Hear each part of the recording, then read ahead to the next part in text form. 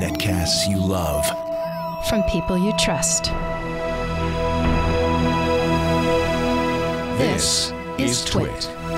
Bandwidth for All About Android is provided by CacheFly at CacheFly.com. This episode of All About Android is brought to you by NatureBox. NatureBox ships tasty and guilt-free snacks right to your door. With over 100 flavors to choose from, like mini Belgian waffles, you'll never get bored of snacking again. Try NatureBox at naturebox.com/twit. That's naturebox.com/twit.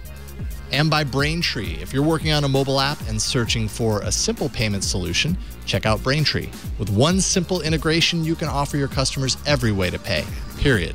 To learn more, and for your first $50,000 in transactions fee-free, go to braintreepayments.com/Android. And by Casper, an online retailer of premium mattresses for a fraction of the price, because everyone deserves a great night's sleep. Get $50 off any mattress purchase by visiting casper.com/Android and enter promo code Android.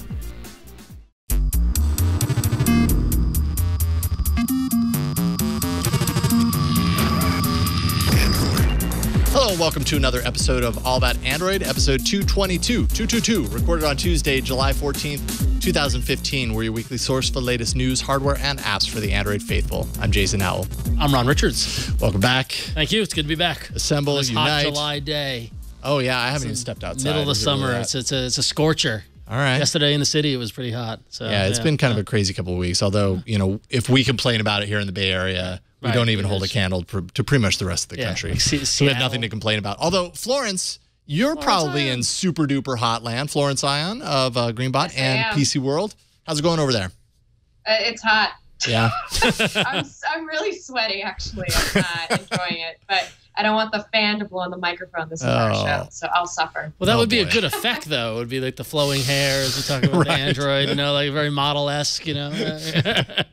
Although, you know, if you feel like you're about to pass out because you're too warm in there, don't worry about it. Put the fan on. We understand. We understand. We have a lot to talk about, as we usually do, and even when we don't, we find something to talk about. We'll be discussing Android M Preview 2 that pushed out a few days ago, Google's take on proximity. We've got Sundar Pichai waxing poetic about phone intrusion. Just a lot of stuff. The Galaxy S6 Active that Florence just wrapped up a review on. Commodore coming to the Android space, and wow, my phone's going nuts right now. That was an intense notification. That was push bullet. That was the free notification from Craigslist, which still kind of blows me away, by the way. So many free pianos. You need another hot tub, huh? A couple of weeks later, and there are still so many free pianos. Free pianos, free hot tubs. The last time you wouldn't have learned from last time when I'm still watching. We had that mashup of you and Jeff Goldblum. No, it's probably a good idea for me to stay far away from both of those things, and a whole lot more. Before we get into the news, we just kind of want to wish Google or Android, I don't know, happy birthday. Yeah. 10 years ago, a few days ago, Google bought Android Incorporated for $50 million. Jeez. Do we think that was a good purchase? Do we think, given the price that things have been selling recently, or valuations and things like that, Well, 10 years. So 10 years ago. 10 years ago, 50 million. I mean, 50 million seems like nothing in How do we adjust for inflation? Yeah, exactly. So 10 years ago. I imagine it probably doesn't adjust that much higher, right? In just 10 years. Let's just find out. There's got to be an app for How much did YouTube sell for? I forgot. How much did YouTube sell for again? Is that $1 billion?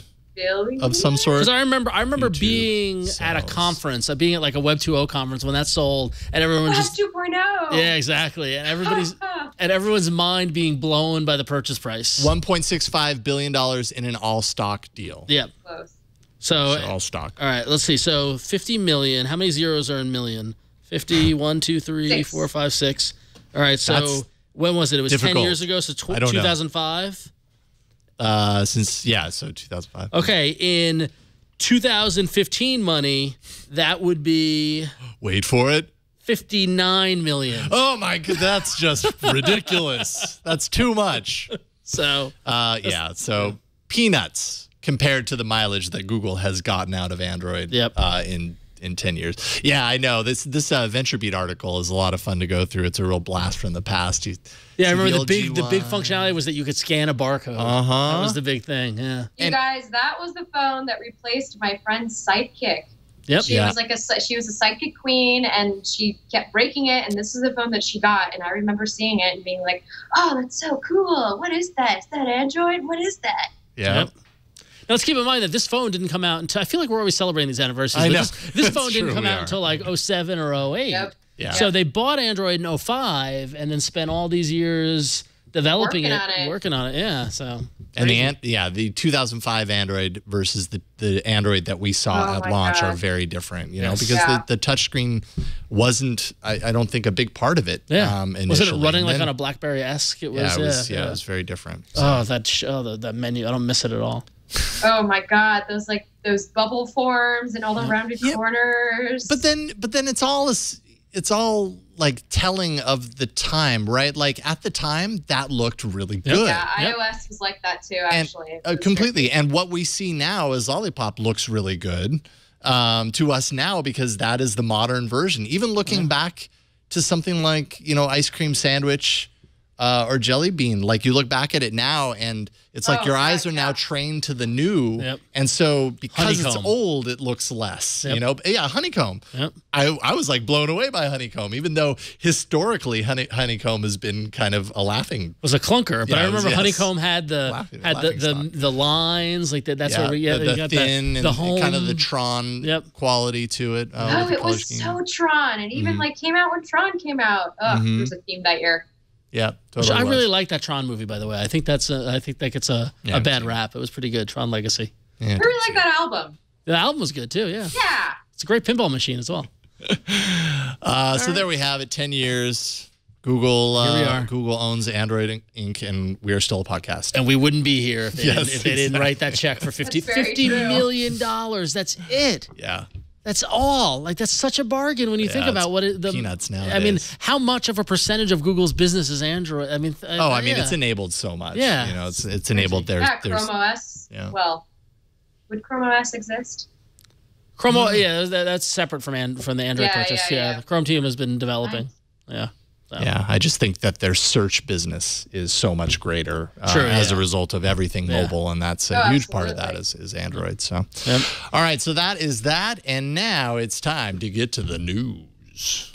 It's been 10 years of Android, so keep the party going and watch some Android news. Oh, you went with the party. Oh, yeah. Okay, I got. Yeah, I was like, why is he doing? You know, Daft Punk from the movie. That we could listen to that album. All right. So hot on the heels of the 10th anniversary of Google buying Android, Android M, the latest version of Android, the developer preview 2 hit late last week after our show came out, of course. Yeah. Some notable changes with the latest version of the developer preview: revamped app launcher, a horizontal home screen support. Options for setting a default assist app, option for setting a default dialer. Is that a hint at a breakout possibly of the dialer? Battery percentage enabler, which is something that we've installed to have on our phones. A customizable status bar, demo mode for a clean notification bar, and removal of a theme option. That theme was in there. You know, it seemed kind of like and I think it was part of the developer section, so it wasn't even. You know, it wasn't like any user would just, I'm going to go dark theme. And that's not in there anymore. But definitely the revamp, so that's the horizontal, which you get on a tablet a lot of times. Yep. You would be able to access that on a tablet and on our phone. Now you have the option of doing that. The app drawer changes. I like it a lot better. Yeah. You know how ugly this is. That was great. Sorry, that 2 screens ago was great. Which one was it? It said, we know how ugly this is. Oh, like a placeholder. Oh, right, for on tap. Yeah, exactly. Obviously, on tap is still not functional. They should just put, this doesn't work yet. Let's be honest. That's pretty much what they're saying. Exactly. But yeah, I have it installed on here. I actually was so busy over the weekend, I couldn't flash it manually. Yep. And then I ended up getting the OTA, which never happens to me on Monday morning. So, nice. So I ended up getting it. So, I mean, I think this is kind of like the biggest visible change on a day-to-day basis, having run the developer preview for the last month and a half or whatever. All the other changes are kind of like under the hood, and you got to kind of go looking for them mostly. This is the one that you'll really notice. There's no more big, ugly letters on the side, no more quick scrolling on the other side, which you used to have. Everything's, everything's filled. They were separating it by letter, so the A's would be here, and if your A's stopped there, that would leave a gap right here, and the B would start down there. No more of that, obviously. You still get your most recent apps up at the top, so if you want to use that, you can. But anyways, I think it looks a lot better. Maybe it's just so much more user-friendly. It looks so much more user-friendly. I haven't used it yet. I haven't had a chance to tinker with our Nexus 6, but I can scroll now. So it's moving along. It's they never say how many developer previews they're gonna do. I mean, is it basically gonna be a monthly update? Because this is. I would imagine so. That was kind of what they had said initially, is that about every month. And this, if you were to follow that description, this came a couple of weeks later than the true month later. So who knows? It's probably going to be kind of a rough staging of that, and then probably sometime September, October, November, somewhere around there. Yeah, we'll know about whatever the next Nexus or Nexi are, and I'm sure it will come along with that. Well, the actual official release. So a lot of those were nice little UI changes, but the ones that caught my attention was the option for setting a default assist app. So is that giving people an option to not use Google Now and use something else, like Cortana, or any of the other ones that are coming out, or S Voice? Just kidding. You could. Sorry. Where is it? Or the option for setting a default dialer, which is Yeah, let's see here. I'm trying to go into my apps, and it's taking a little bit long. Okay, default apps. Go in there. Yeah, so you've got a phone app for the phone app, and right now it says Google Dialer. So you could use Truecaller if you wanted to as your default dialer. I don't have another phone app installed on here to test it out, but I imagine that you could. Yeah. What if it means something for Google Voice? Right. It could be anything. That's exciting. Yeah, I mean, default dialer, if you just wanted to use Hangouts dialer, it's too bad that you can't put that in there, but you can't. So maybe eventually you will. But and then system voice app, and so Hound. Hound's a great example of that, right? There you go. Hound is SoundHound's voice assistant, and I could set that, and I guess that's cool. So it detects that it's an assist app and is loading it into the menu. So if you had Truecaller or one of the other dialer apps installed, it would probably come up when you hit the phone. Yeah. Fascinating. I wonder what that means. What does that mean? I think that means that probably sometime soon we're going to see a replacement, or we're going to see a standalone Google dialer app in the Play Store. That's crazy. Think about it. That's some Inception level stuff. Because think about that. Because why would you need the dialer? But I guess if you're on a phone that's got a dialer app that you don't want to use, well, I mean, the same reason that you would want any of their other breakout apps. You know? Fascinating. And then it can be updated. Like the dialer, for instance, got an update to where now there's a separate tab for voicemail. In this version, so that would be something that wouldn't come with the OS. It would come in the app, and everybody would get it whether they upgrade their OS or not. So that's always kind of nice. Okay, so big news today. Google launched Nearby. This is a new API. It gives developers the ability to to communicate with people and devices that are close in proximity to the user on their phone. And basically what it does, from what I've read anyways, is that it takes what could be really complex, those interactions, and turns it into something that's kind of relatively simple, single touch action. You can discover devices around you, transfer information automatically between them. And this is actually the same technology that's used in Chromecast guest mode. And that's now available to all developers. So, and we've known about this for a little while. There've been little leaks here and there and kind of hints.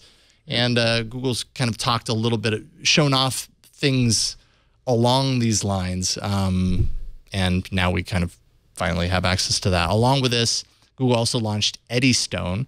This is a cross-platform open source Bluetooth LE beacon. It's similar in a lot of ways to iBeacon, but obviously the big difference here is that it's open source. iBeacon is not open source. That's Apple's beacon technology, and it's very locked down.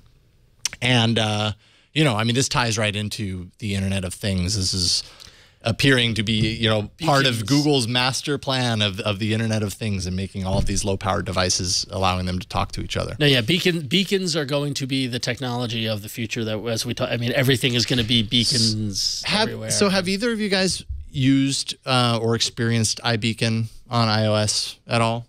No, so we're the show's totally... called All About Android, Jason. Yeah, I know. Yeah, I had an iPhone for 3 months. Dark time of my life. Really? I keep meaning to do it. One of these days I'm going to do it. I feel like I have to understand what it's like on the other side of the fence.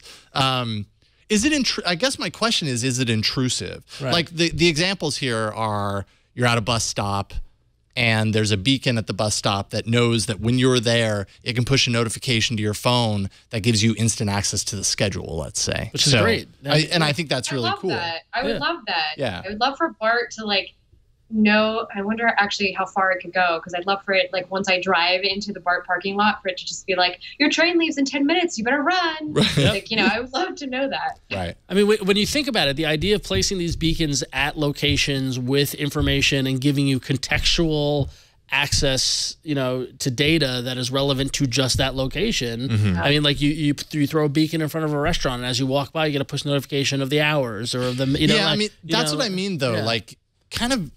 Part of that seems useful. Sure. Part of it also seems very noisy and kind of spammy. Yeah. Me. Well, that kind I could totally see people going way overboard with it, but I don't know. I mean, iBeacon's been around for 2 years now, and on iOS of all things, which people go people who really want to market themselves and everything, they go nuts over the iOS factor of things. So I would imagine that if there was abuse, we would already kind of be hearing about that. Right. Right? I don't know. Yeah, I haven't heard anybody complaining. Having not experienced it, I don't know. Well, but the thing is that I haven't heard. You're right. I haven't heard anybody complain about these darn beacons. Right. But at the same time, I don't know how much of the beacon technology and the integration with Internet of Things and integration with locations is actually being enabled out in the world. Is it to the point of being an intrusion yet?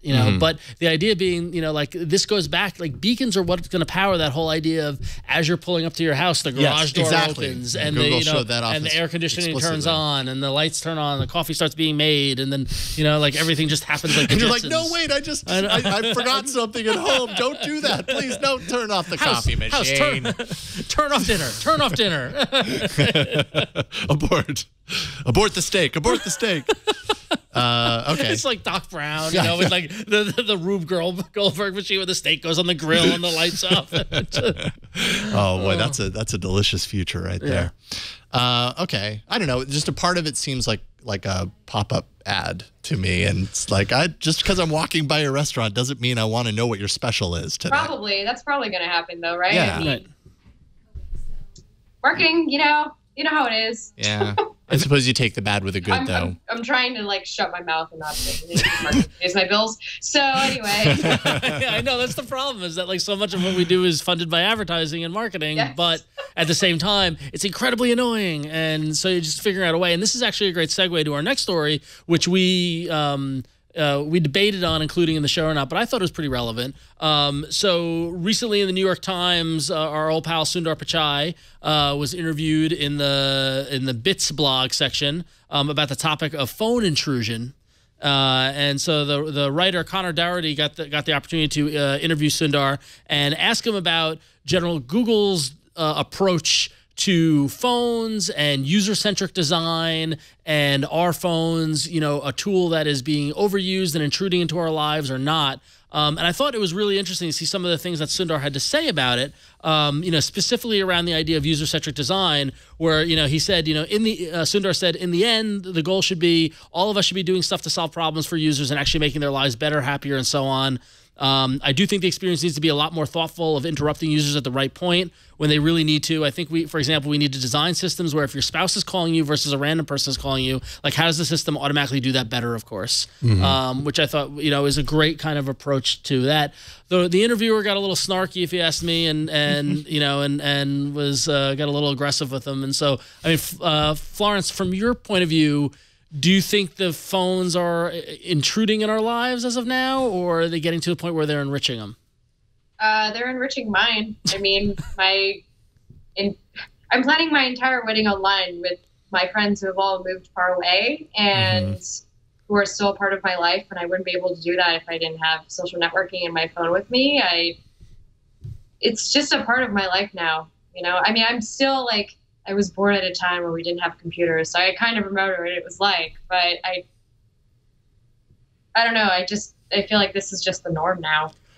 Which, and I agree with you. I mean, I can't imagine a life without these phones and our devices, but the writer does bring up the question, although in a snarky way. He says, are there things Google is doing to return people to where they are and reduce the temptation to look at their phone?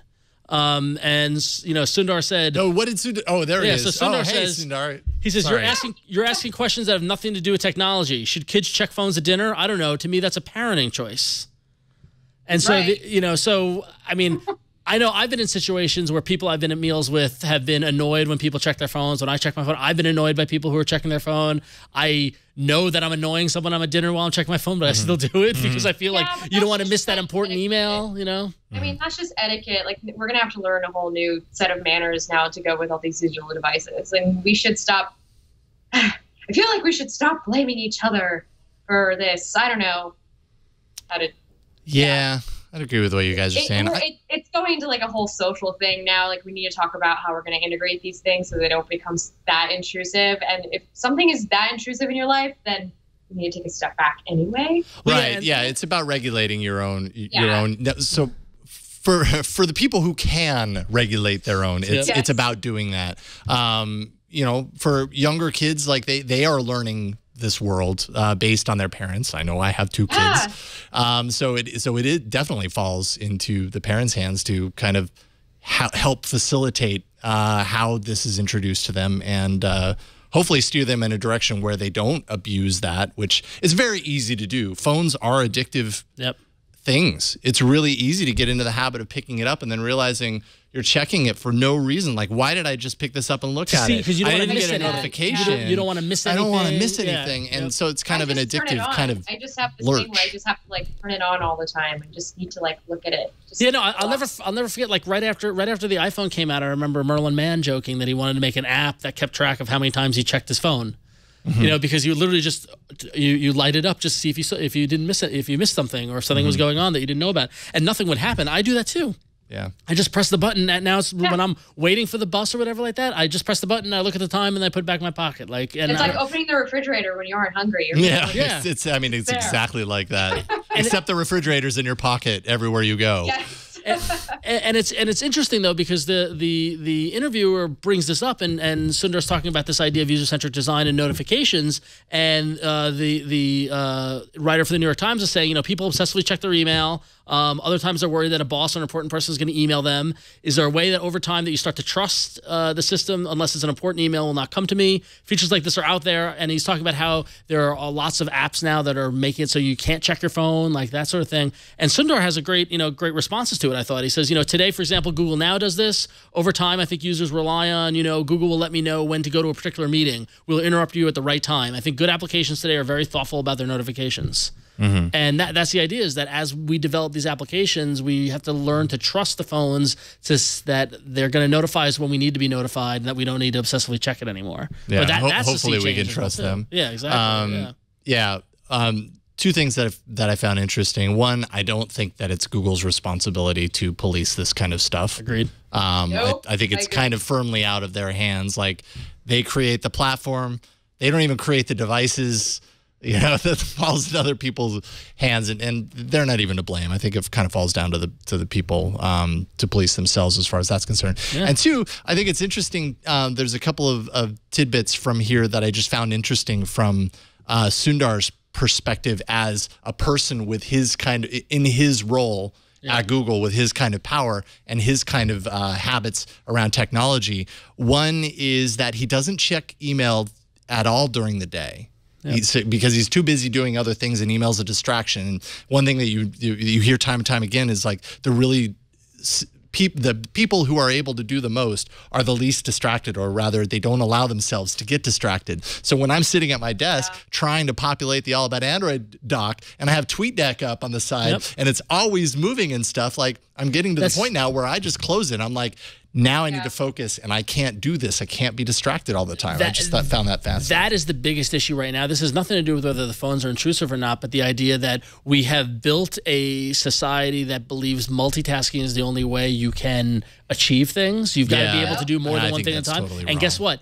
It's totally wrong. You cannot. You know, like I'm very much the type of person where I will close Twitter and I will close email when I got to write a document or you've got to do something. You need to sit down and focus. You need to be able to step away from those distractions. Instant Messenger is the worst. Instant Messenger is like you opening your door to your house and saying, "Everyone, come in and interrupt me and stop me from doing what I'm doing." Yeah, Perfect you know. metaphor. Yeah. So. And the other thing that I found interesting is when Sundar is at home, he says he has a policy. He's not allowed. This is brilliant. Not allowed to walk around the house with his phone. It has to stay in one room. And I think that was the writer. I think that was wasn't that the writer? Oh, I thought that was his answer. I was like, how does he do that? No, that was the. I was like, man, the New York Times so he's not answering email during the day and he's not walking around with his phone at night. Like, when does he do this stuff? This guy's superhuman. Okay, that explains a lot. Okay, because I was kind of blown away by that. It just didn't comprehend. It didn't make sense. But I was like, but obviously a brilliant person is able to do this. Yeah, I mean, ultimately you're right. Ultimately, the takeaways from this interview, or that at least that I took away from it, was that phones can be an intrusion, but users and app designers and phone designers need to design the best way to minimize those intrusions so that it's becoming an effective part and a positive part of people's lives as opposed to a negative, as opposed to a takeaway. And you're right, it's not Google's responsibility to police that. It's got to be good app developers, and a good app notifies you when you need to be. You know. So. Well, I'll just go ahead and tease forward and say, my app in the arena is totally pertinent to this conversation. Not by a plan. I didn't plan it, but it turns out it's totally applicable. So stay tuned.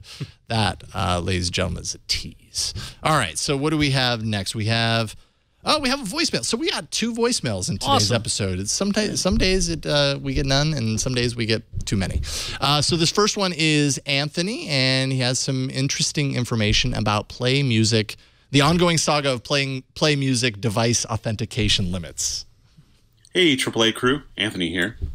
This voicemail is directed towards those that are in the phone industry like me, who go through phones on a regular basis, whether it be for work or just being a phone junkie. I started using a new phone recently and was dismayed when I could not use Play Music because I needed to deauthorize a device first before adding another.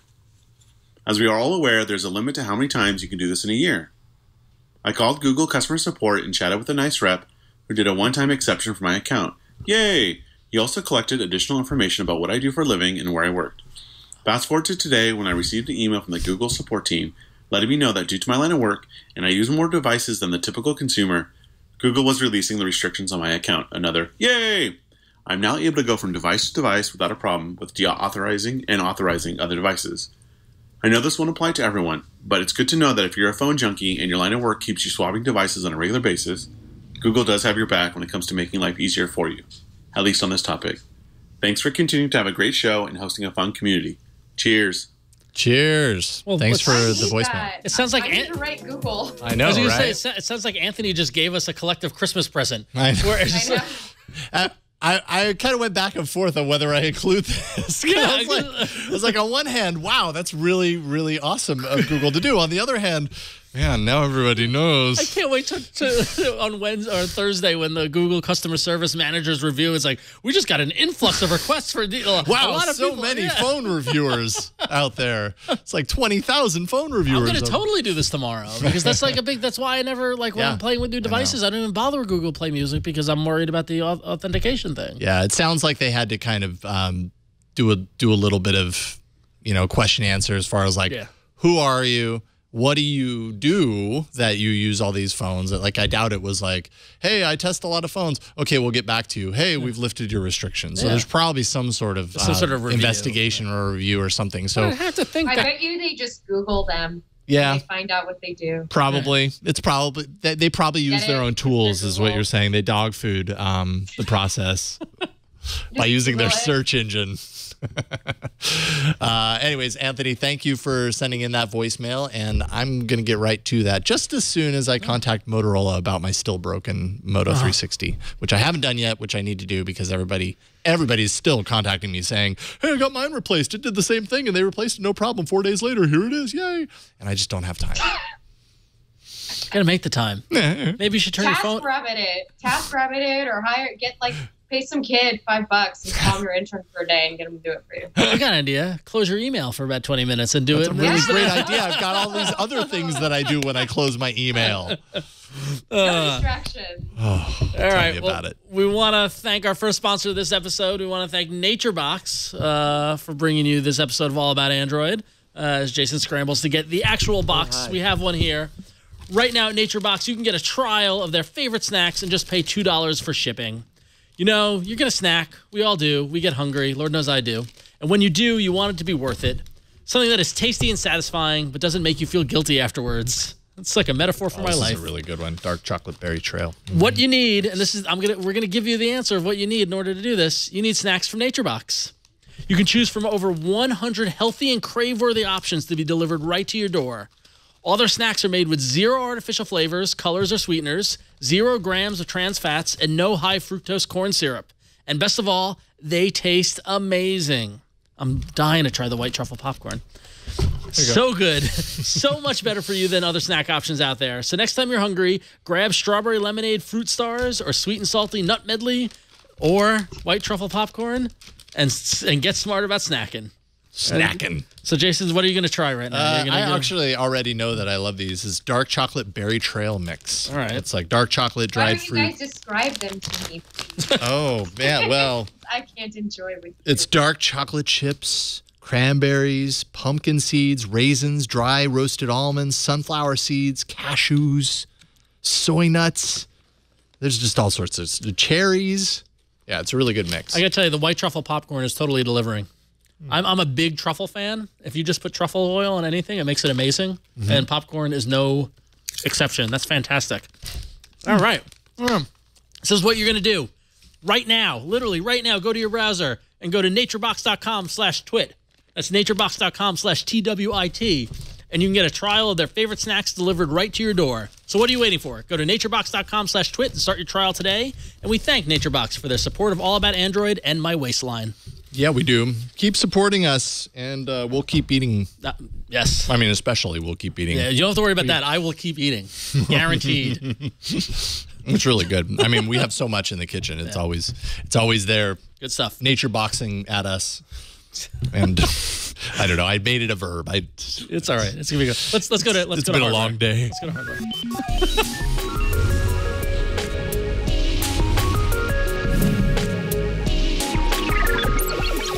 Well, I'm not sure I ever saw this one coming. I did not see this one coming at all. In fact, I think I found my new phone. It's not a Nexus. It's a Commodore PET. That's probably overselling it because this is totally like it's not the Commodore that you may remember. That you're thinking of. I mean, it is by logo. Yeah. It looks a lot like the Commodore that you may know and love from being a kid. And then they used PET too, which is. I mean, it's total like. I mean, should we explain this for people who don't understand? I mean, Brian, can you Google Commodore PET and show people what archaic machines I had to deal with in elementary school? That's a Commodore PET. It literally has a cassette deck in the bezel, in the body of the machine. I didn't really use a Commodore PET, the Commodore PET. I used the Commodore 64, Commodore 128. Which has been featured recently on the latest season of 'Halt and Catch Fire. Yes, I know. I've been loving prominently, it. Yes, it's been awesome for the nerd in me. So, I just have this like soft spot for Commodore. Anything Commodore, I'm into it. Even if this is totally somebody just came along, and bought the rights to the name, and decided, hey, let's put our logo on a phone. Whatever. I think that kind of works for whatever reason. It's kind of genius, to be honest. I'm kind of all right with it. Aluminum frame, interchangeable covers, 5.5-inch IPS display, HD display, 1.7 gigahertz. This is where it kind of falls apart. MediaTek, 64-bit octa-core. Not sure that MediaTek is the best processor out there from reviews processor. and other devices. A lot of really kind of low-scale devices, you know, across Asia and whatever, are using the MediaTek processor. So, jury's still out on whether this is a good processor and a good. On your phone. Wow. We're gonna need you to flip that around, Alex. But then I can't use it for the. Perfect. If we could get Florence on here, that would. I know, that would be perfect. This is amazing. This is fantastic. I love that we just have these things lying around. All it takes is like us to mention the name of some random obscure piece of technology, and it appears on the desk a minute later. Well done. Well done. This is not the phone. Yay! Oh wow, there we go. I have a whole TV. I mean, a whole computer. And this is why Brian is the best in the business. Yes. She's in the computer. Oh, it's I'm on myself. full color and everything. I know, it's amazing. Oh yeah, they didn't have color back then, did they? Yeah, that's pretty awesome. That's pretty awesome. So yeah, the phone, 3,000 milliamp hour battery. It looks nothing like this, by the way. Make it amber, Brian. Make it amber. Amber, okay. Or green. I'll see what I can do. Yeah, that works. Can you? Hey, I just feel weird. Can you bit crush it so you can down res it? Oh, there's only so much I can do. The TriCaster is awesome, but it can't do it all. I think the clincher here, or at least the kind of thing that sets this apart, other than the obvious blatant branding, is the fact that it has 2 emulators pre-installed. They say the Vice, or the Wired article says the Vice C64 and an Amiga emulator, a UAE, I never heard of this one, 4A112 SDL. Sexy, I know. And they say they're going to be bringing classic Commodore 64 games to the device. Do I really need Choplifter on my phone, on my Android phone in 2015? Yeah, you do. Actually, you do.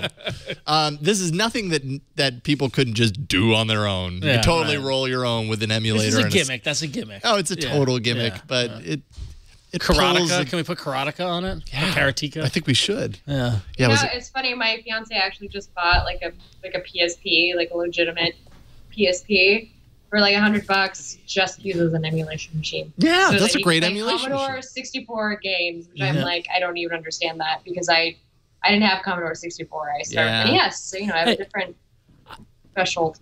I've fallen for the emulator. I mean, I've got a DOS emulator that I've played the old gold box D&D games on, the Champions of Corinne and stuff They're like that. They're so fun. I love nostalgia like that. It's so fun. But the problem is with those emulators is that, honestly, go back and think about how much time you spend playing that game. Maybe 5 minutes. You're like, oh no. Look at that. I mean, that's exactly it. You load it up, you go, wow, I've got it. And then you play it for 5 minutes, you go, okay, what's I got? Yeah, I know. Oh, wait, I got an email. Oh, wait, Twitter. Yeah. Oh, wait, I got a text. Distracted. Yeah. Anyways, that's all right. amazing. So I'm probably not actually going to buy a Commodore phone, but I do want to review it. I would love to get a copy. If anyone who's watching, send me a Commodore PET Android phone. I want to review. Well, I think it's smart that they're using the old classic Commodore logo with the C, but they've updated the PET logo because the PET logo in the 80s wasn't a great logo. It was just block text. So now they made it a little cyanogen moddy, kind of like that font, like that future-y font. This is genius. This is very spiffed it up. Yeah, we had a Commodore 64, but I spent more time on my Apple II Plus, and then my beige XT IBM PC. So. This could be a new trend. Yeah, well, geez, let's hope not. Phones that are released to look like old consoles and computers, and oh man, it's totally like the Nintendo 64-bit. Yes, right. Running Lollipop, of course. Right, of course. But Lollipop's 5.0, not 5.1. All right. Well, speaking of other new phones, we got a new metal-bodied premium phone, the ZTE Axon. Yeah, ZTE is not a name that you. No, the ZTE. Talk about a lot. That came out of nowhere today, by the way. Totally came out of nowhere. Yeah. I was just doing my work, and all of a sudden, ZTE is a new flagship phone. Like, Surprise! awesome phone. There you go. Yeah. It's going to cost you $450, and it's running a Snapdragon 810 processor with 5.5-inch LCD display at 534 PPI. It's got a 3,000 milliamp battery, 4 gig of RAM, 32 gig of storage, dual lens, front and rear facing cameras, 13 megapixel dual lens on the rear, hi-fi audio support, GSM LTE support, and chips with Android 5.1. You can get it in gold, black, or blue.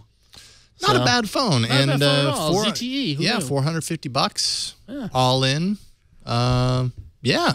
I'm curious. Somebody said it looked like the HTC One X. Yeah. Kind of. I could see that. There's no navigation buttons anywhere in the promotional video. They're probably on screen, huh? Well, it kind of confused me. Like, take a look. No navigation. Oh. And the promo image that they attach only has the home button. Where is it? Is it the bottom one? Yeah, the little home circle. I think it's capacitive. I swear somebody was tweeting about this today and saying it's capacitive. And Yeah, I'm sure it is, but where did the other buttons go? Yeah, they're just it's a good visible. What are we going to do? We're just going to go home all the time? Make it up. You'll remember it. How many phones have you used? You tap home 1 to go home, twice to go back, 3 times to pull up your multitasking. It's like Morse code. Yes, exactly. So ZTE. That's a nice surprise, the accent, and hopefully we'll get that at some point to review. Another phone that we have, I don't believe we reviewed this on the Twit Network, but Florence, you were spending some time with the Samsung Galaxy S6 I Active. took it on vacation. Whoa, so you got active with the Active. Yeah, I did. Well, if you call sitting and drinking beer active. But I do. That's an activity that I aspire to do myself. So what did you think? How is the Active? Oh, gosh, it's great. I actually didn't mind its size so much relative to the GS6 Edge that I'm normally carrying now as my daily driver. But I'm really not into that camo. I'm just really not into the camo on the back. Everything else, though, because I like the GS6 so darn much, I really liked this one, too. And I liked the little, it had a little activity key on the left side, I believe, and you press it and it brings up the Samsung activity zone. It has a barometer and it tells you it shows your S health data and location and all that stuff, and that was just kind of fun to play with when we went hiking. Mm-hmm. And obviously the water resistantness, because it's not completely waterproof, it's only water resistant for up to half an hour or whatevs. The water resistantness is great. It's a nice little thing. And we went jet skiing, so obviously a lot of fun videos are made with that.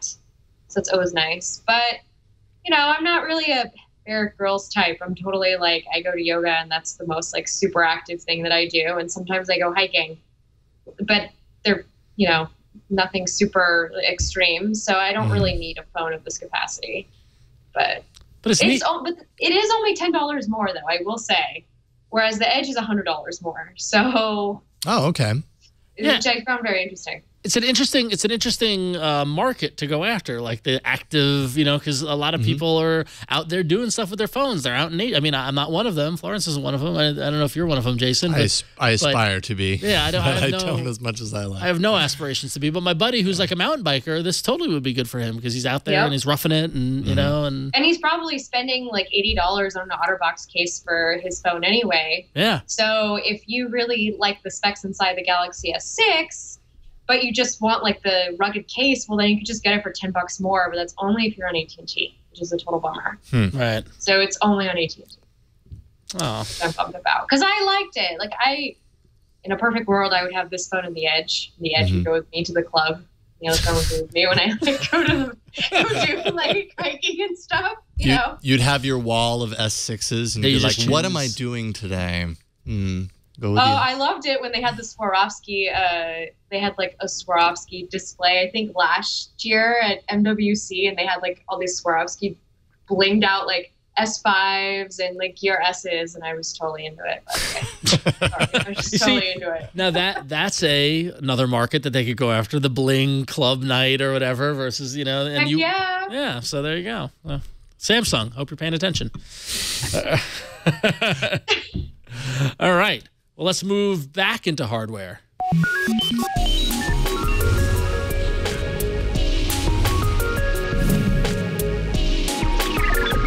All right, as always, we like to stay abreast of the latest news around Android Wear, and as we try to see if these watches are actually useful for anything.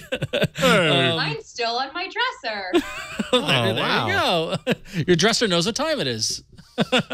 No, it's dead on the dresser. Oh, right. Yeah. But so according to an exclusive over on the website Fandroid, tap gestures are coming to Android Wear.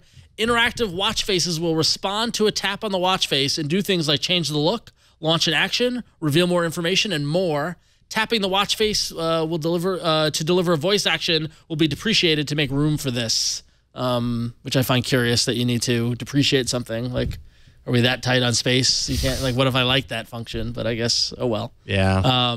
But yeah, it's pretty neat. I mean, the idea just the tapping something to launch something, it's almost like a quick launcher kind of thing. Mm-hmm. Yeah. Yeah. Well, I mean, and more we're kind of seeing the, I don't want to say the Apple Watchification of Wear, but Wear is kind of moving a little bit more into the running apps state, as opposed to just being notification triage and a little bit of extra functionality. Yeah. Kind of seeing a little bit more of that kind of like deeper app. But I think also they're seeing how people are using it, I think. And not only how people are using it, but how people want to use it. And I got to imagine something like this is coming out of feedback or whatever, or what they've seen. People like, oh, I'd like to do this. And so we'll make them be able to do it. So, because Lord knows I don't talk to my watch ever, so I don't need the voice thing. I'd rather tap than talk. Can we bring up how like Android Wear is all about customization, and like Google's really been pushing this narrative of like, come get, an Android Wear watch because you can do whatever you want with it. You can change the face on it. You can swap out the bands really easily. You can buy like a different, you could choose the actual color of your watch. Mm-hmm. I kind of like it, and I like what they're doing with these. I call them widgets for Android Wear. That's what I thought of when I first read of like, the active backgrounds on Android Wear. I was like, basically widgets. They sound like. Mm-hmm. I mean, Google's. So I'm sorry. I've just totally barfed out my entire thought process on that. I'm sorry. I just had a lot of thoughts on it. And I just wanted to share. Thank you. Thank you for sharing, Lawrence. We appreciate it. It's good to know. Google wants you to be you. Yes. With your watch, I suppose. So this is further kind of customization options around that. They come in gold. I love it.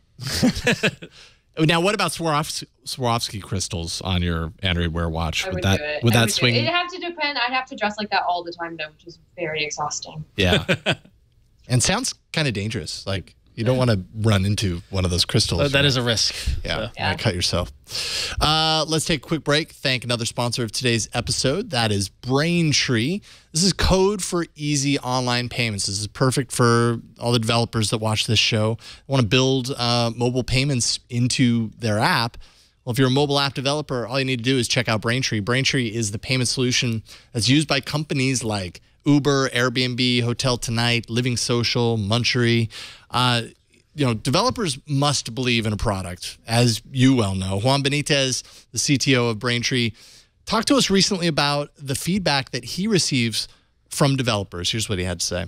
When we talk to iOS engineers, they get really excited by how fast and easy it is to have Apple Pay through Braintree. Just a ton of feedback from Android developers saying, wow, great, now I can get Android Pay. Then you see people really kind of responding and saying, wow, I can do more than one of these through one integration, one SDK, and one report too. Wow, that's going to make my finance guys happy. And Braintree's made the payment experiences in these apps seamless and, magical. Now you can add a similar experience to your own app. They make it really easy with excellent customer service and simple integration. Braintree gets you ready to receive payments quickly. And Braintree's continuous support plus fast payouts means you'll be prepared as your company grows from your first dollar to your billionth. That's right, your billionth dollar. Braintree is helping solve the problem of mobile cart abandonment, which is a big issue. They were offering a best-in-class mobile checkout experience, so potential customers don't leave items in their cart. You can check it out for yourself.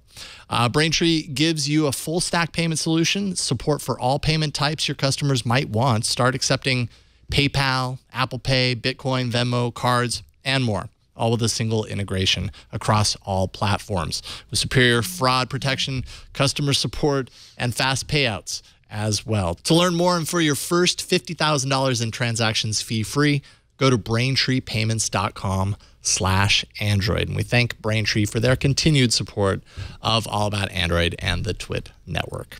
All right, we've got some apps to take a look at. Let's do that.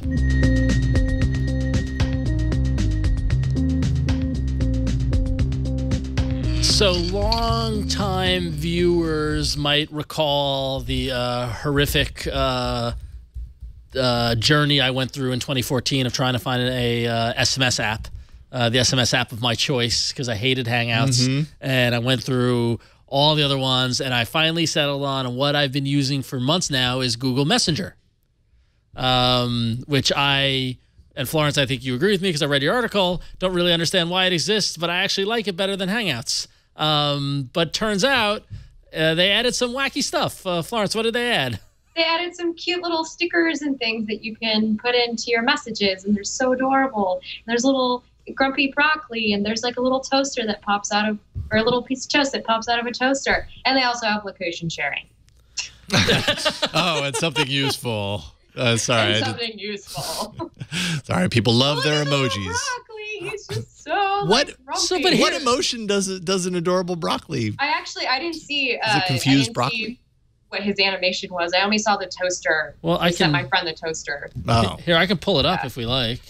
Yeah, let's see pull it. up the broccoli. Yeah. Well, get that broccoli back. What I don't understand is if someone's not using Hangouts on the other end, do they still get the sticker?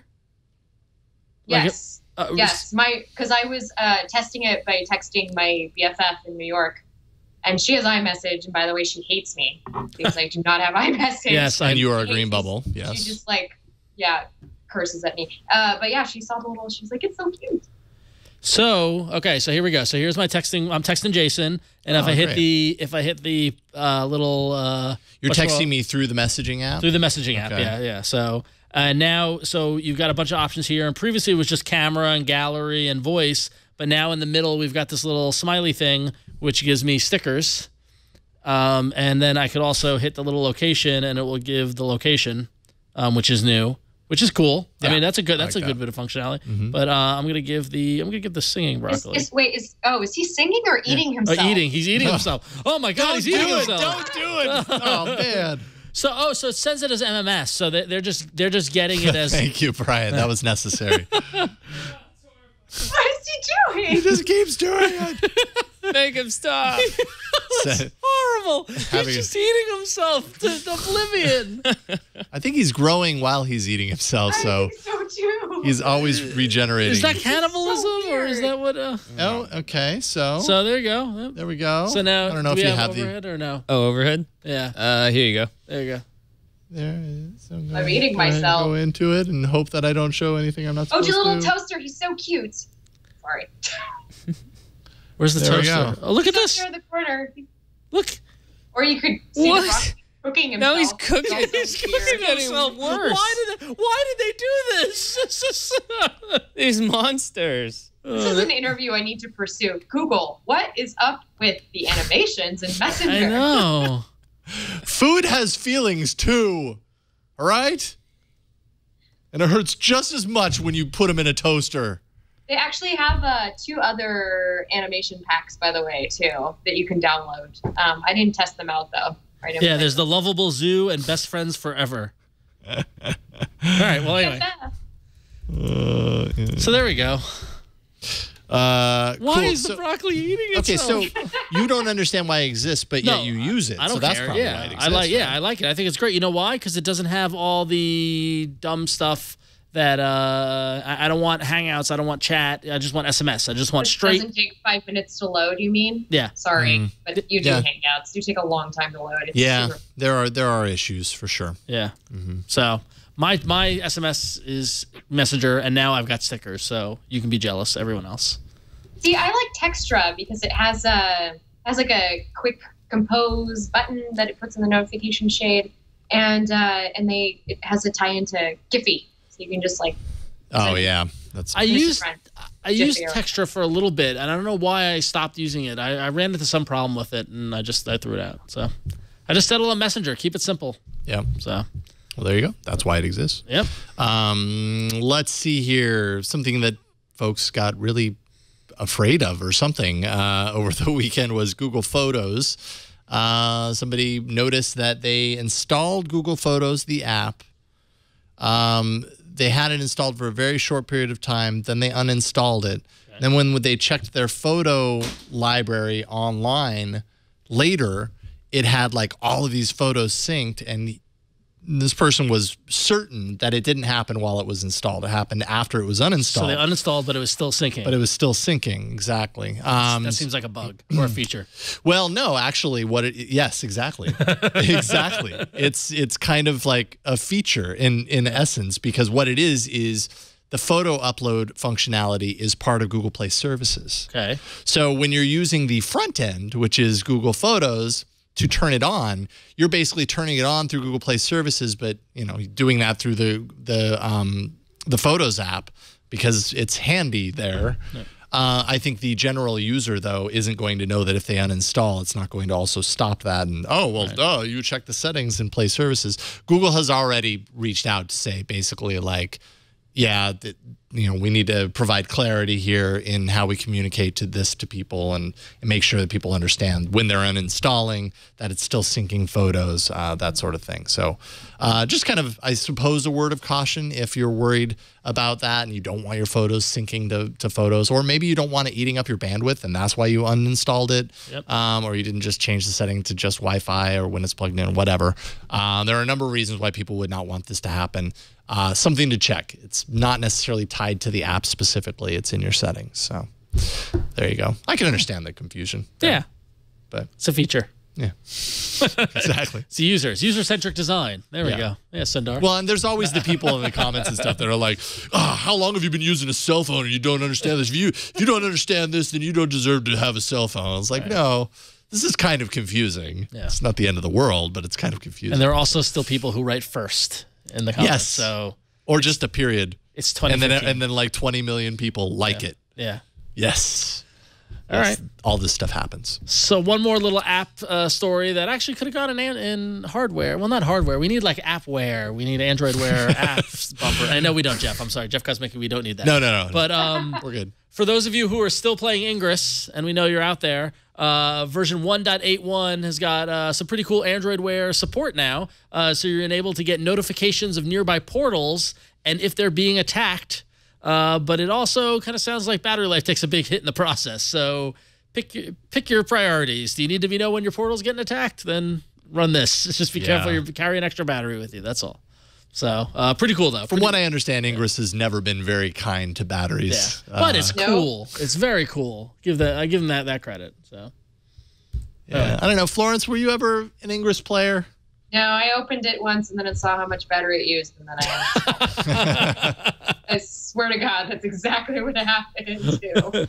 I think I opened it here at work, and then I realized in order for me to use it, I'd have to open it and then leave work and not actually be going to something else that I had to do. Right. And I just realized, like, this doesn't work for my life. Right. I can't play Ingress. I don't have the time. I don't have room for you in my life, Ingress. I can sit at my desk and play a game, but if you're asking me to get up and move around to play a game, I can't do that. I'm sorry. Listen, Ingress, it's not you, it's me. Ingress, I think you're great. I mean, yes, you drain the battery a little, but and you have fun, but it's just it's me. It's not you, Ingress. That's why I'm uninstalling you. We should have to break up with every app you uninstall. Like Listen Hangouts. I understand that you have a lot of functionality, but really I'm just looking for something more simple in my life. I'm just looking for something faster.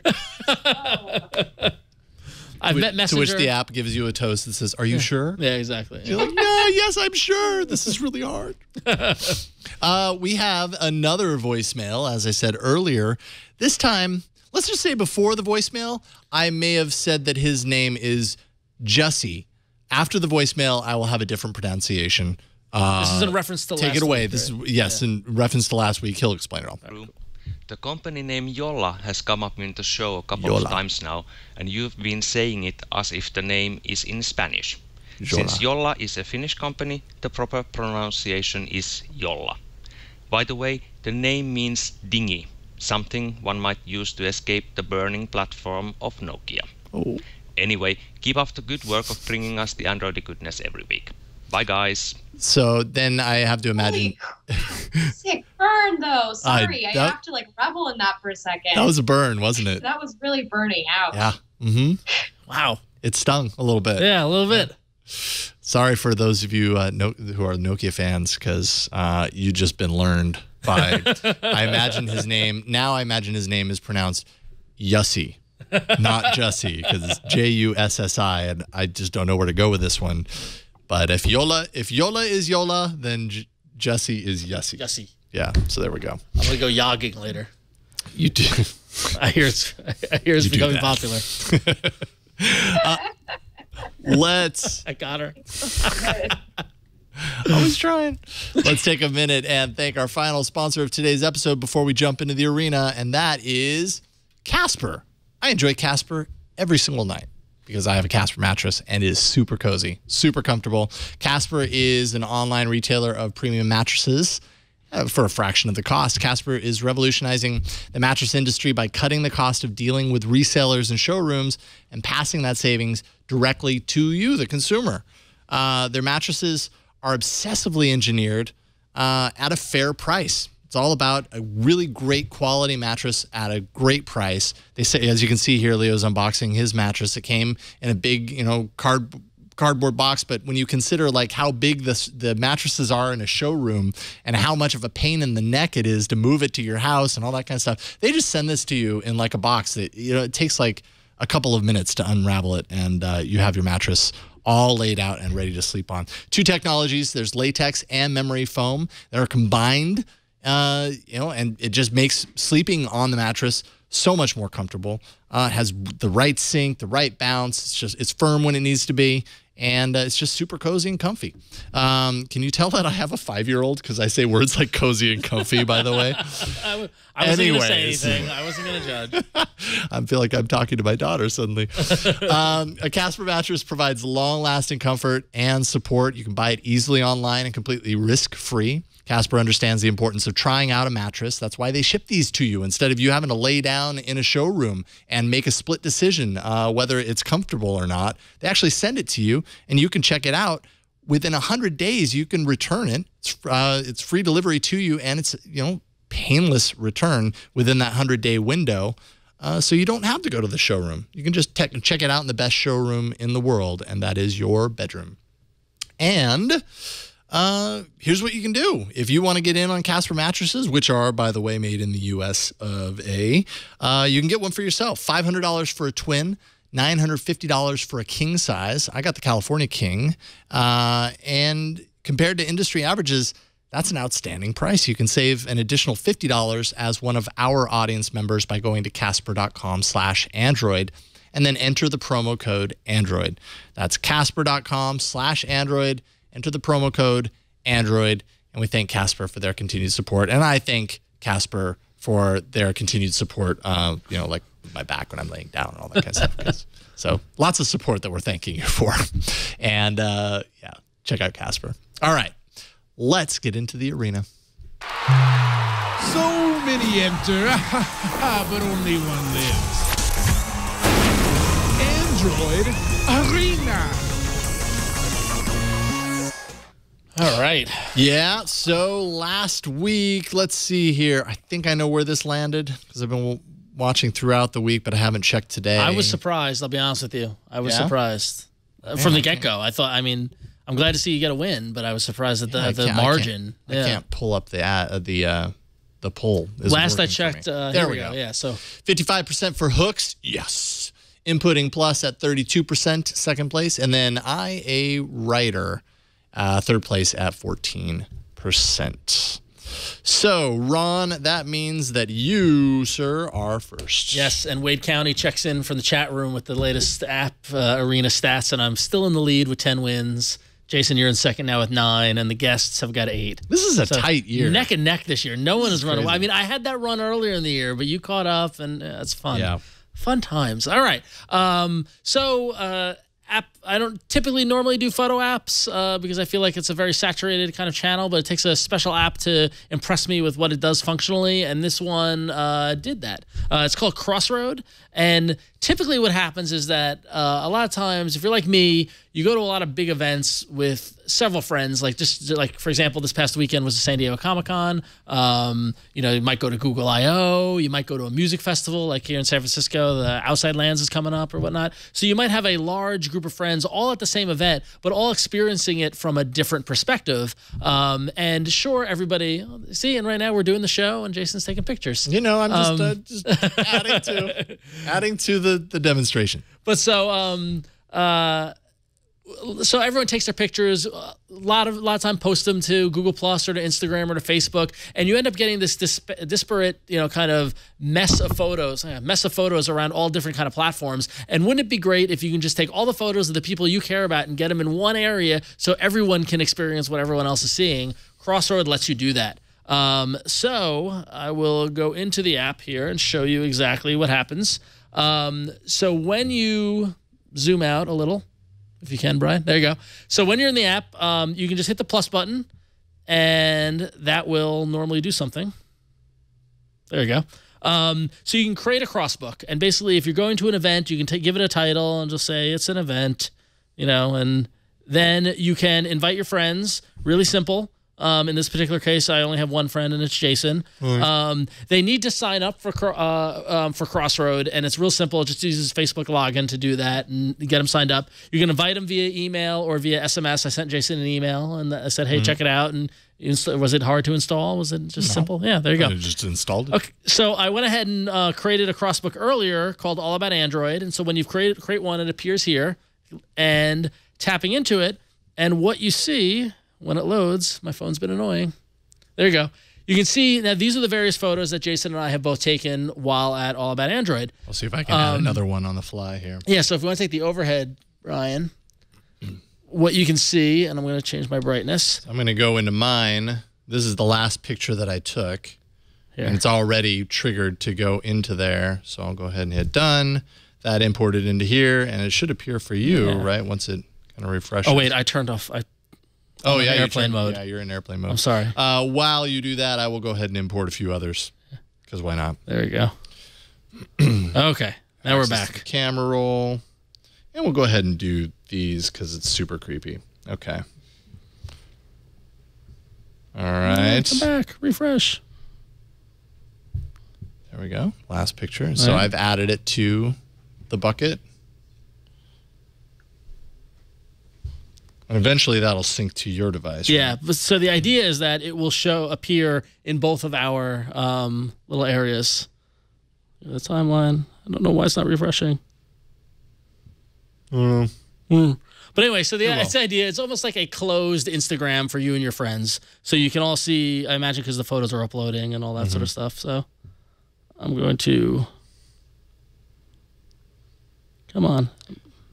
I think the point of this app also wouldn't just be, I'm adding it right now and you get access to it immediately. It's also for you'd after still effect. be kind of doing whatever the event is, and eventually it would populate for everyone. And that's what's super cool. If you want to go back to my phone, Brian, and that's exactly. So after the event, everyone's taking their photos. You can choose. It's not every photo you take gets added to the album. Just the photos you choose. But then what's neat is that you can. Oh yeah, see. So I got a little notification up here that tells me new medias.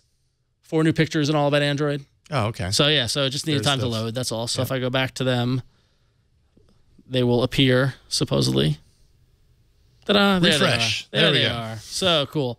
So you got the Star Wars app too. I downloaded that as well. Yeah. But anyway, but now let's say one of your friends doesn't have an Android or an iOS phone or doesn't have the app, but they want to see it, or you want to show the pictures to your mother or whatnot. You just hit share it. And that will bring up the sharing menu and can send a web link that can be viewable in any browser. So that's a great way to share photos from an event. So it's a great way to share the experience through photos, all in one place. Make it super simple. It's free in the Android and the Google Play Store. So if you're going to a big music festival or on a trip, on a vacation, that sort of thing, it is the perfect use for organizing group photos. There you go. Sweet. It is Crossroad. Check it out. It's free in Play Store. Okay, so Florence, I have your game installed. I'll go ahead and launch it here, and you can tell us all about it. Alphabear. Alphabear is a great new game. Sorry. Alphabear, it's a game from the guys that Skyfox. They did Triple Town, and I was super obsessed with that game, so I just downloaded this because I was reading, I I was reading about it on Twitter, and I was like, oh crap, they have a new game. So I went and downloaded it. This is a word game. So you like make up words and you have to rack up a bunch of points. And you only have a limited amount of time to use certain letters though. And if you don't use them within like the time that you're allotted, which you know by like what color they are, you know, they go from like green to red, they turn into stones, and then the board gets full, and then the level's done. It's really hard to explain how this game is played. I have to be honest, because you kind of just have to play it and figure it out. I've realized that I'm really bad at it. Just kind of in the short amount of time that I took to play it a little bit earlier to get familiar with it, I have a really hard time. Yeah, I have a really hard time seeing words. Interesting. So it's like boggle. Glim is glum.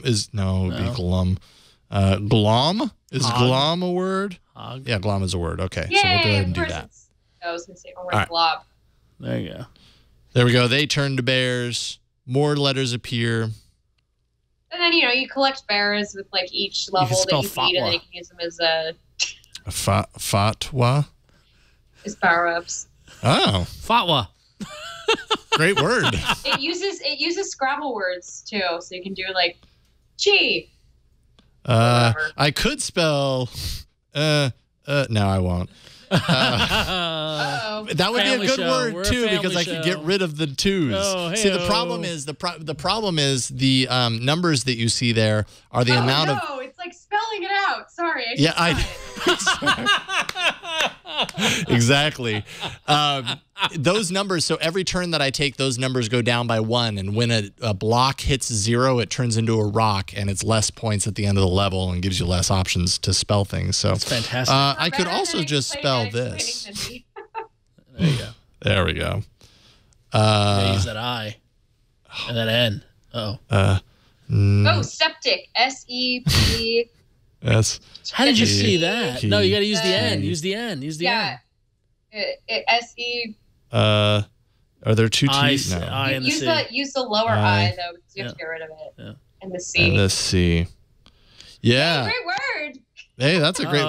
You gotta. Rocks happen. Don't sweat it. So you can see that one turned into a rock, and yeah, you do the whole thing. Marsworm in chat says it's like Bomberman for words. I wouldn't. Yeah, that's a good. That's good. Yeah, I wouldn't have thought that, but yeah, there you go. Cool. Yeah, it's very addictive.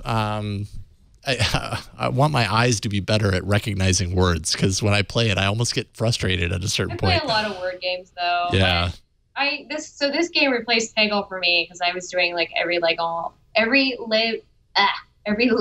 in Peggle Blast, trying to get all the stars, but I reached like a wall, so I had to get some other addictive game to play incessantly every night while I'm also watching TV and eating dinner. Multitasking. Why can't I spell Yentl, the movie name? I want Yentl. Yentl. And it won't do it? I could spell it, but it won't recognize it. It has something against, what was her name? Barbara Streisand. Barbara Streisand, Yentl. Obviously. Why do I know this stuff? Well, straight out of 1984. Yeah.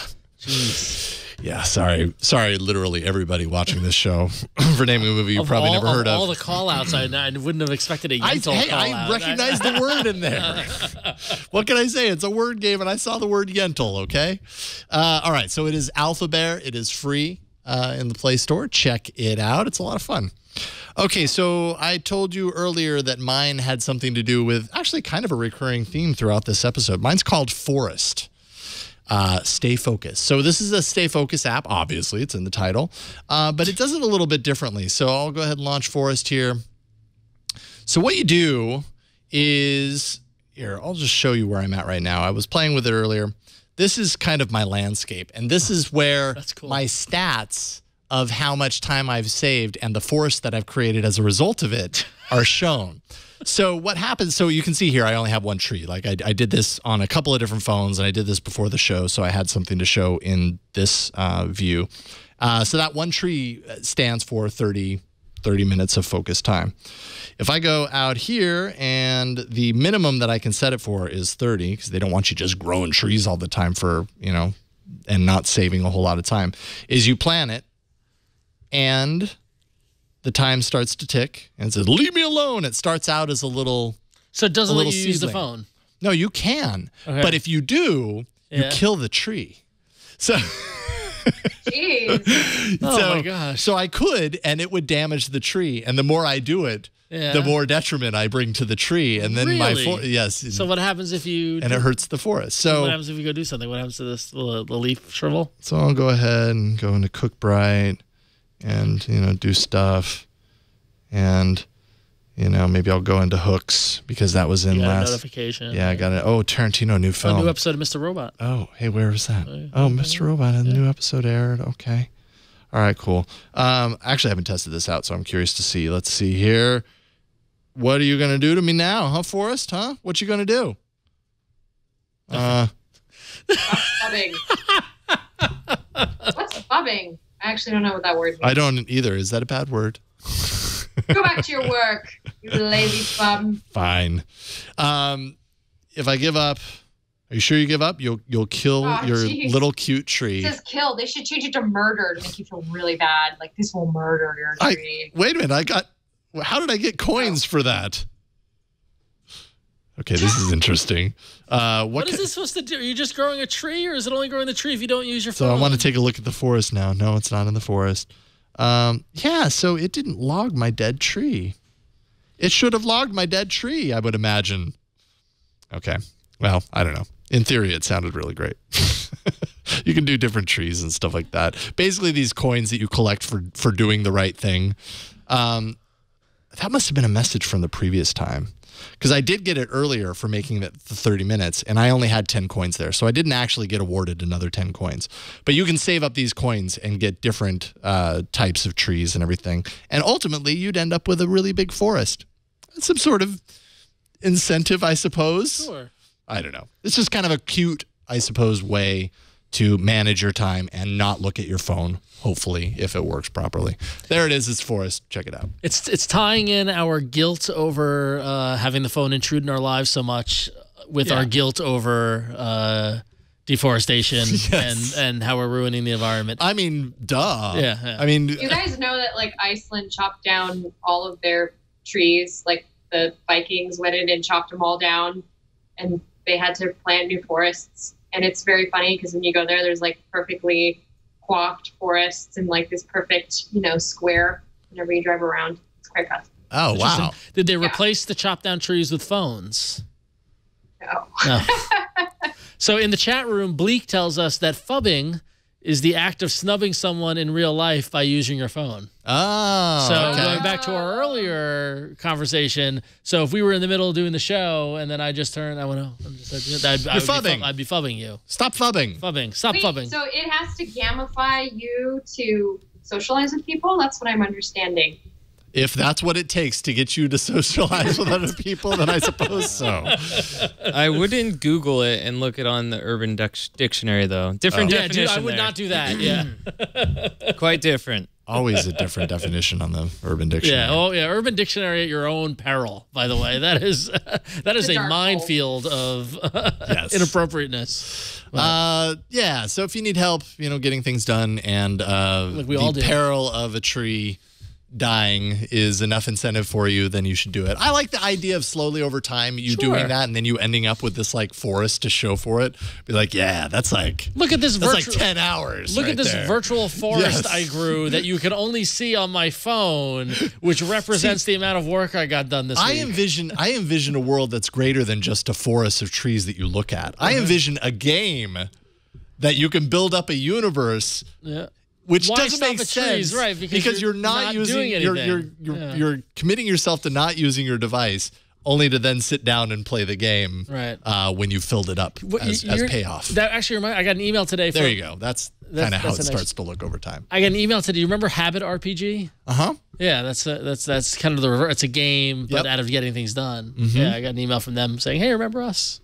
So. I see a theme growing here. I might have to get a third one of these. There you go. Gamifying productivity. Yes. I like it. Because doing your job and getting paid for it sometimes isn't enough. It's just not enough. You need like 3-4 apps of gamification. Yep. Listen, if I can't gamify this job, I don't want to do it. I'm sorry. I gamify things. That's what I do. All right. So you can place your vote if you go to AAApoll.com/222 and let your voice be heard. Do you like Crossroad, Alphabear, or Forest? Stay focused. Or do you like all three, but you have to vote for one of them? You got to pick one. AAApoll.com/222 and let your vote, place your vote, and we'll check in on it next week and see who won, who lost, and who was in the middle, basically. We should give an award for the middle. Whoever comes in middle. Like, forget winner or loser. We're going to go for middle of the road. Alphabear coming out. Isn't it like first the worst, second the best? Right, third is the one with the hairy chest, I believe is how it went. How the rest of that went. Third is the golden bird or something like that. I don't know. Like, I got playground rhymes wrong. I was going to say, on Long Island, we made fun of hair growth. I don't know why would you, but that's how it rhymes. First is the worst, second is the best, third is the one with the hairy chest. I think that's the most important part. In elementary school, rhymes. These are the things that were important on Long Island in the 80s. Yeah. So, there you go. Well, that is it for this week. I'm getting another one of those calls on a million different devices. Let me. Jason is very popular tonight, everyone. With my dad. This is the second call tonight, so apparently I really got to talk to him. I'll give him a call after the show. Florence Ion, PC World. So awesome having you on the show once again. Thank you so much for coming back. You working on anything super awesome right now? Oh, you're still talking to me. Sorry, I'm like waving. Right now we're all just kind of waiting. You said bye-bye. That's all Brian needed. Right now we're just kind of waiting to see what the heck is going on with this Note 5. I'm surprised you guys didn't just do a whole rumor show on the Note 5, honestly, because that's all there is. So yeah, just stay tuned to PC World Greenbot. I'm just going to be covering all the stuff coming out this summer or not coming out. Who knows? Maybe someday. I know. At some point coming out. Listen, something's going to come out at some point. In 2 weeks, we're going to have the OnePlus 2 to talk about. Yes. There's that. Oh, that's true. Yeah, I'm very excited for the OnePlus 2, right? Yeah. Aren't we all very excited? Don't we love the OnePlus? I did write my article went up yesterday. What OnePlus needs to do to get me to care about OnePlus. And what is that? Read my article. Good tease. There's the tease. Okay. There's the tease. There's the tease. Thank you, Florence. We'll have you back very soon. We appreciate it. Yay. Right on. Ron, what about you? Yeah, so you can go to about.me/RonXO. You can find links over to all my social media on Google Plus and Instagram and Twitter and all that fun stuff. And if you dig comic books, you can go check out ifanboy.com. Every week I'm on that podcast talking about this week's in comic books world. It's fun stuff. Yeah. That's great, man. Brian, what about you? At the moment, I feel a little trapped, but I'm coming to you from inside the computer, Jason. Brian, I saw a little bit ago you playing around with that one camera. It's totally like, what is he doing? Another one behind me. So Brian, how much memory do you got in that sucker? We got like 32K in here. So, I'm pretty sure that's what it was. We need infinite Brian. Like can infinite I put cascading in that monitor behind you? So you need to plug the monitor into the feed. That's how. Yeah. Yeah, that might overload not only the TriCaster but the studio. And most importantly, it would overload the Commodore Pet. The Pet is not designed to do that. It would just explode into flames. It would. But when Brian comes back, hey, stop pushing my buttons. You madman. What were you saying, Jason? What? I don't even know. When Brian returns to the show, he returns to the show big. Yeah, that's right. Well, I have Alex to thank for bringing up the pet because thanks for bringing the pet. That was in the basement, and that thing. How much do you think that weighs? It's like 200 pounds. Yeah, pretty much. At least 200 pounds. So he really flew up here with the pet. But yeah, you can follow me at cranky_hippo. I do this show clearly, unless Zach, who does a great job filling in for me. Thursdays, Know How with Padre. And how was Saturday, Jason? Because typically I TD that. How was that? Oh, you're talking about the new screensavers. The new screensavers. Where after you've done 9 episodes to get comfortable with the show, I just swooped in and did one show randomly, and it's like one of the most complicated shows that we do here. You're asking about that, is that right? Yeah. Yeah. No, it was fine. Did you enjoy it? Yeah, no, it was a lot of fun. It was slightly stressful, but we got through it. You got through it. You do a lot with that show, so. Yeah, it's a little confusing. Did you have a lot of Post-it notes and stuff down on the board? That's pretty much what I did. The entire TriCaster board was covered in Post-it notes, so. I think Alex is about to shut me down. He's okay, pseudo shutdown. We do have, wait, before you go away, Brian, we do have to, we don't need Brian for this. I like how Wade County in the chat room commented on the front of the Commodore PET. It says computer, in case you weren't sure what it was. Commodore PET model 401S this computer. Is not a calculator, everyone. This is what it was like in 1982, everyone. Yeah. You had to label a computer as a computer. I am a computer. All right. Pseudo shutdown. All right, there we go. You can find me at about.me/Jason Howell. You can find my music at yellowgoldmusic.com. You can find my other Android show at twit.tv/arena. Doing a couple of episodes. I'm actually not going to be here next week. You're not. You're bailing on me. So I'm doing a couple of episodes of that this week, and you'll get an episode of that next week. And then you are going to be here next week. I will be in the driver's seat. Driver's seat. I will be running the show, as they say. Yeah, because that's not stressful at all. You're going to do great. Jason does so much for the show. Everyone needs to know how important Jason is to the All About Android machine. And when he decides to, I don't know, go on a vacation, then that takes a year off my life every vacation you take. But it'll be fun. I'm looking forward to it. I'm sorry. I only go on a couple of. No, I know. I'm kidding. You deserve it. You deserve it. I'll get you set up. I'll make sure you're all set up and good. But that is it for this week. Thank you so much for tuning in and watching. Thank you also for leaving us voicemails and all of your feedback. 347-SHOW-AAA if you want to do that. AAA@twit.tv if you want to send us an email or a link to a video mail. We're on Twitter at Android Show. We're on Reddit. We're twitaaa.reddit.com. We've got an amazing Google Plus community, super active. I love it.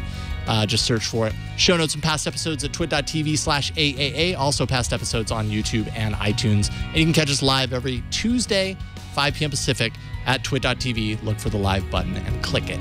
That is it for this week. We'll see you next week on another episode of All About Android. Bye, you guys.